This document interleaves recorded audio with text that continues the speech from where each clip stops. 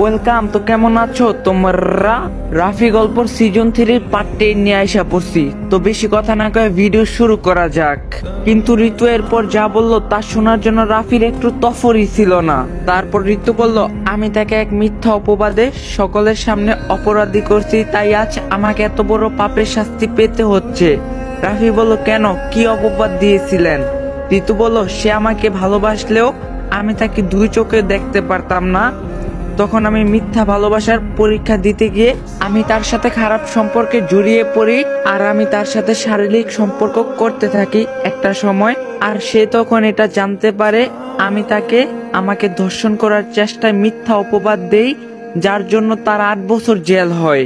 এসব শুনে রাফি সেখানে থাকা এক জায়গায় হঠাৎ করে বসে পড়লো। আর সে এটা ভালো করেই বুঝতে পারলো এটা আর কেউ নয়, এটা তারই বুকের এক পাশে থাকা এক সময়কার ভালোবাসার মানুষটা। এটা দেখে ঋতু বলল, আপনার কি হয়েছে, এমন করে বসে পড়লেন কেন? রাফি বলল, কিছু না, এমনি। ঋতু বলল, তাহলে হঠাৎ করে বসে পড়লেন যে? রাফি বলল, না, এমনি ভাবছি পৃথিবীটা কি না অদ্ভুত, তাই না? ঋতু কাঁদতে কাঁদতে বলল, মানুষ যদি আবারও তার অতীতে গিয়ে তার ভুলগুলো সংশোধন করতে পারত, তাহলে আমি আমার ভুলগুলোর জন্য আজ এত বড় শাস্তি পেতাম না। ঋতুর এসব কথা শুনে রাফি তার দিকে একটু তাকিয়ে মুচকি হাসলো। ঋতু বলল, আপনি হাসছেন কেন? রাফি বলল, কিছু না, চোখের পানিগুলো মুছুন। এই চোখের পানিগুলো কিন্তু অনেক মূল্য, এগুলো অনেক দামি, কোটি টাকা দিয়েও কিনতে পাওয়া যায় না। ঋতু বলল, মানে? রাফি বলল, মানে হলো যে আপনার দেওয়া অপবাদে এত বড় শাস্তি পেল, তার চোখের পানির জন্যই হয়তোবা আপনার আজ এমন অবস্থা। ঋতু নিশ্চুপ। রাফি বলল, সকালে কি কিছু খেয়েছেন? ঋতু মাথা নাড়িয়ে না বোধক বলল।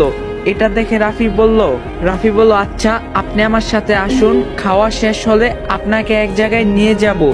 ঋতু বলল, কোথায়? তখন রাফি বলল, তেমন কোথাও না, তবে আপনার অনুভূতিগুলোর সাথে অনেক মিল আছে সেই জায়গাটা। ঋতু বলল, আমার অনুভূতিগুলোর সাথে মানে?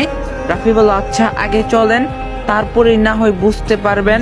এরপর ঋতু রাফির পিছনে যায় সকালের খাবার খেতে। তারপর তারা এক জায়গায় বসলো। রাফি বলল, বলুন তো, এটা কোথায় আসলেন? ঋতু বলল, কেন, একটা খাবারের দোকানে। রাফি বলল, তা এই দোকানটা কি কোনো মিল আছে আপনার আগের জীবনের সাথে? ঋতু বলল, একদমই না। কিন্তু এসব কথা কেন বলছেন? রাফি বলল, আচ্ছা, আগে খাবার খান, তারপর না হয় বলবো। হঠাৎ করে ঋতুর চোখ পড়ে রাফির হাতের দিকে, আর তা দেখে ঋতু বলল, আপনার হাতে এটা কিসের দাগ? রাফি বলল, তেমন কিছু না, এমনি নিয়তির ফল। ঋতু বলল, নিয়তির ফল বুঝলাম না। রাফি বলল, আসলে আমার ভাগ্যে যা কিছুই হয় না কেন, তা আমি নিয়তি হিসাবেই ধরে নেই। ঋতু বলল, ও, তা আপনার বাবা মা নেই? রাফি বলল, ছিল, তবে এখন আর নেই। ঋতু বলল, কেন, মারা গিয়েছে? রাফি বলল, না, তবে আমি চাই তারা সবসময় ভালো থাকুক, আর তাদের ভালো থাকার জন্য আমার না থাকাটা খুব দরকার তাদের কাছে। ঋতু বলল, আপনার কথাগুলো আমি কিছুই বুঝতে পারছি না। রাফি বলল, সময় হলে ঠিকই বুঝতে পারবেন, আর এটাও বুঝতে পারবেন কেন আমি নিয়তির কথা বললাম। এদিকে মাসুদ তার ফোনটা অনেক খুঁজলো, আর সে তা পায় না। কিন্তু তার ফোন ছাড়া এখন সে কি করবে? মিমকে হাতের নাগালে পাওয়া একমাত্র ও হাতিয়ার ছিল সেই মিমের নকল ভিডিওটা। মাসুদ এখন ভাবতে থাকে সে এখন কি করবে। তার সব পরিকল্পনা শেষ হয়ে যাবে, এখন সে কি করবে? এটা ভাবতে ভাবতে সে আবারও মিমদের বাসায় ফেরত আসে। আর মিমের বাবা তাকে দেখতে পেয়ে বলে, মাসুদ, তুমি কাল রাতে কোথায় গিয়েছিলে? বাসায় দেখলাম না যে। মাসুদ বলল, আসলে আমার ফোনটা হারিয়ে গিয়েছে, সেটাই খুঁজতে গেলাম, কিন্তু পাইনি। মিমের বাবা বলল, ও, তাহলে আর কি করার, নতুন ফোন কিনে নিও। তখন মাসুদ বলল, আমার ওই ফোনটা খুবই দরকার, কিন্তু এখন হারিয়ে গেল। মিমের বাবা বলল, আচ্ছা, এইসব কথা বাদ দাও, শোনো, আগামী শুক্রবার তোমার আর মিমের বিয়ে, সব আয়োজন করা শেষ।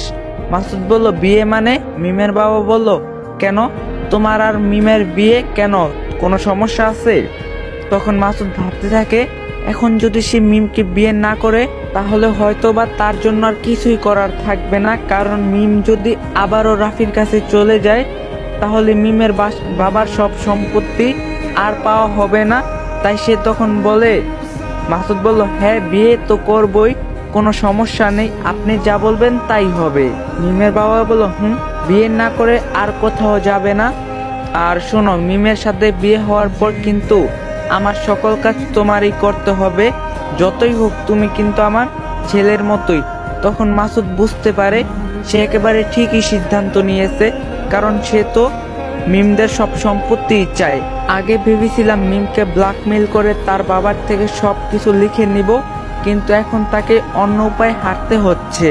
আর মিমের বাবাও জানে না যে তার মেয়ের সাথে কত কিছুই না ঘটে গেছে, কারণ মিম বা তার মা কিছুই মিমের বাবাকে বলেনি। মাসুদ তখন একটু সুর পাল্টে মিমের বাবাকে বলল, মাসুদ বলল, কিন্তু আমার মনে হয় মিমকে আমাকে ভালোবাসে না, মিম আমাকে ভালোবাসে না, সে তো মনে হয় এখন ওই রাফিকেই ভালোবাসে। মিমের বাবা বলল, কি বলছো এসব? আর কিছুদিন পরেই তো তোমার আর মিমের বিয়ে, আর এখন তুমি বলছো মিম তোমাকে ভালোবাসে না, কি করে বুঝলে? মাসুদ বলল, তার অনেক কারণ আছে, সে সবসময় আমাকে এড়িয়ে চলে, আমার সাথে ভালো করে কথাও বলে না। মিমের বাবা বলল, দাঁড়াও, মিমকে আমি এখনই বলছি কেন সে তোমাকে এড়িয়ে চলে, আর কতদিন পরেই তো তোমাদের বিয়ে। মাসুদ বলল, না থাক, কিছু বলা লাগবে না, তবে আমার মনে হয় রাফির জন্য সে এমন করছে। মিমের বাবা বলল, তাহলে এখন কি করব? মাসুদ বলল, যতদিন না আমাদের বিয়ে হচ্ছে ততদিন মিম যেন বাড়ির বাইরে না যায়, কারণ সে বাইরে না গেলে আর রাফির সাথে দেখা করতে পারবে না। মিমের বাবা বলল, ঠিক কথা বলছো, তোমার বিয়ে না হওয়া অবধি মিম আর কোথাও যাবে না। ঠিক তখনই মিম সেখানে আসলে মাসুদ মিমকে বলে, মাসুদ বলল, মিম তুমি কোথায় যাচ্ছ? মিম তখন মাসুদের দিকে দেখলেও তার বাবাকে খেয়াল করেনি, আর তাকে বলে, মিম বলে, আমি কোথায় যাই তাতে তোর কি, রাফির সাথে দেখা করতে যাই, কি করবি? মাসুদ বলল, দেখছেন বাবা, আপনার মেয়ে আমাকে কেমন তুই তুই করে কথা বলছে। মিমের বাবা বলল, এসব কি ধরনের ব্যবহার মিম? আর কিছুদিন পরে তো তোমার আর মাসুদের বিয়ে, আর তুমি মাসুদকে তুই তুই করে বলছো? আমি কি তোমাকে এই শিক্ষা দিয়েছি? মিম বলল, কিসের বিয়ে? মিমের বাবা বলল, আগামী শুক্রবার তোর সাথে মাসুদের বিয়ে। মাসুদ তো ঠিকই বলছিল, তুই এখনই রাফির সাথে দেখা করতে যাচ্ছিস। তখন মিম বলল, হ্যাঁ আমি রাফির সাথে দেখা করি, আর আমি ওকে ভালোবাসি, আমি যা ভালো বুঝবো তাই করব। আর তুমি জানো না মাসুদ কি করছে? মিমের বাবা তখনই ঠাস ঠাস করে 2টা থাপ্পড় মারলো, আর বলল, বেয়াদব মেয়ে, আমার মুখের ওপর কথা বলিস, আজ থেকে তোর বাড়ির বাইরে যাওয়া একেবারে নিষিদ্ধ।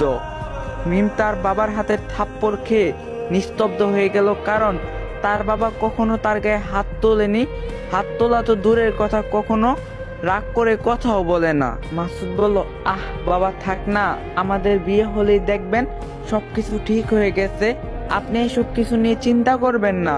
এরপরে মিমের বাবা আর কিছু না বলে সেখান থেকে চলে যায়।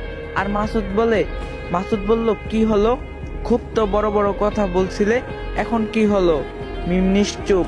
মাসুদ বলল, ভাবছিলাম তোমাকে বিয়ে করব না, কিন্তু তোমার এই বড় বড় কথার জন্য হলেও তোমাকে বিয়ে করব।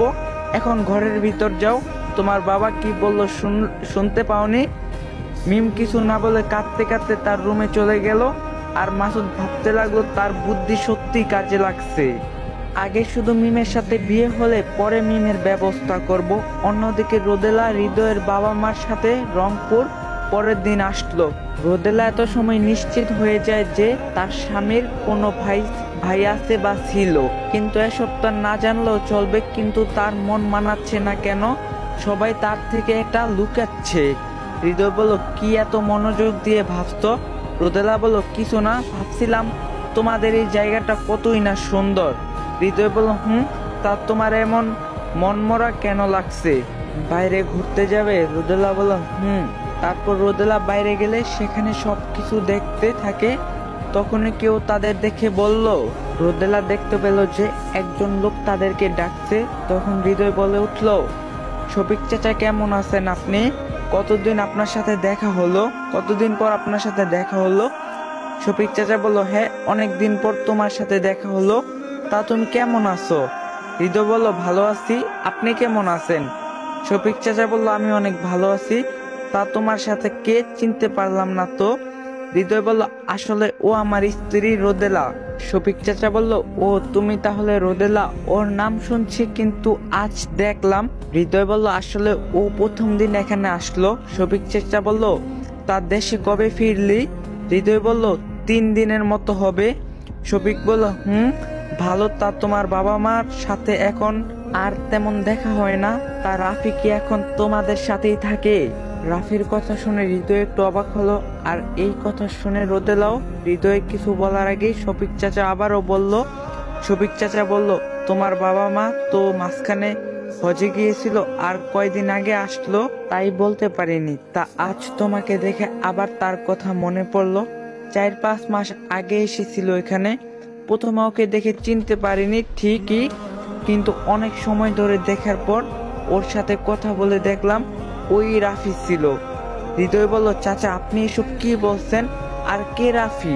শফিক চাচা বলল, কেন তুমি তোমার ভাইকে চিনতে পারছো না? হৃদয় বলল, চাচা আপনিও না কি যে বলেন, আমি এ নিয়ে পরে আপনার সাথে কথা বলবো। এই কথা বলে হৃদয় তাড়াতাড়ি করে সেখান থেকে রোদেলাকে নিয়ে চলে আসলো। তারপর তারা আবারও বাড়িতে আসলো। তখন রোদেলা বলল, তুমি আমার থেকে কিছু লুকাচ্ছ না তো? এখন কি বলবে? হৃদয় বলল, কি আবার লুকাবো? রোদেলা বলল, ওই লোকটা তাহলে এত সময় ধরে কি বললো তোমায়? তোমার ভাইয়ের কথা, যার নাম রাফি? আসসালামু আলাইকুম গাইস, যদি পার্ট 11 লাগে অবশ্যই কমেন্ট বক্সে বলবেন, আর চ্যানেলে নতুন না থাকলে অবশ্যই চ্যানেলটা সাবস্ক্রাইব করে দিবেন, আর ভিডিওটা বেশি বেশি করে শেয়ার করে দিবেন। তো আজকের জন্য আল্লাহ হাফেজ।